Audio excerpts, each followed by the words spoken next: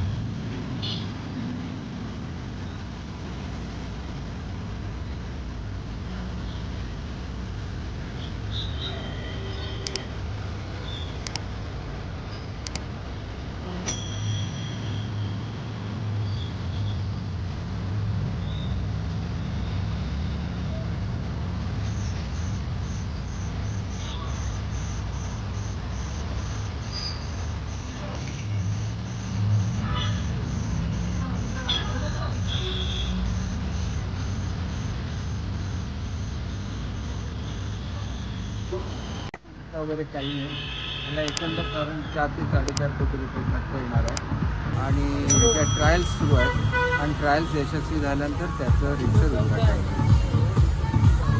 सावंतवाडी हे पर्यटकांचं आकर्षण केंद्र ठरलं पाहिजे। त्याच्यामध्ये मोती तलाव हा याचा मुख्य आकर्षण बिंदू आहे आणि त्या दृष्टीने मोती तलावाचं सौंदर्य या कारंज्याने निश्चितपणे द्विगुणित होईल याची मला खात्री आहे। त्याच्याचबरोबर बोटिंगसुद्धा सुरू होत आहे। मोती तलावाच्या काठावर फूडकोर्ट चालू होत आहे, ज्याला खाऊ गल्ली म्हणतात असं। तर ही सगळी एकदा सुरू झाली सगळे प्रकल्प। योगा सेंटर चालू होत आहे, शिल्पग्राम तर ऑलरेडी चालू आहे, त्याच्यामध्ये अधिक भर पडली आहे। हेल्थ पार्क चालू होत आहे। त्यामुळे एकंदरीत सावंतवाडी पुढच्या काळामध्ये पर्यटकांचं आकर्षण स्थळ स्वतः राजवाडा तर आहेच सावंतवाडीमध्ये आणि लाकडाची खेळणी आहे।